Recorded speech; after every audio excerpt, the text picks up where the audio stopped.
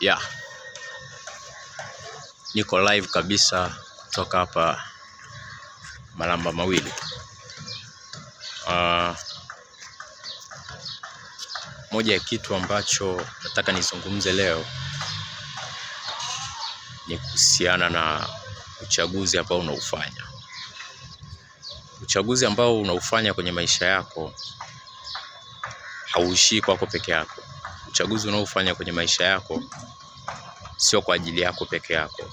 Kila chaguzi ambazo unafanya kwenye maisha zinakuathiri wewe mwenyewe na zinaathiri wanaokuzunguka, lakini hata nje ya wanaokuzunguka.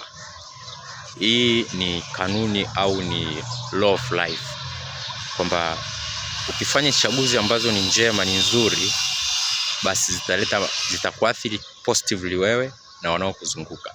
Lakini ukifanya chaguzi ambazo sio nzuri, zitakuathiri negatively wewe binafsi, wanaokuzunguka na hata wale ambao wako mbali na wewe.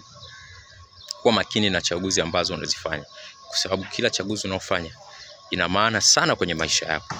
Nikutakie siku njema, uwe na wakati mwema. Mungu akubariki.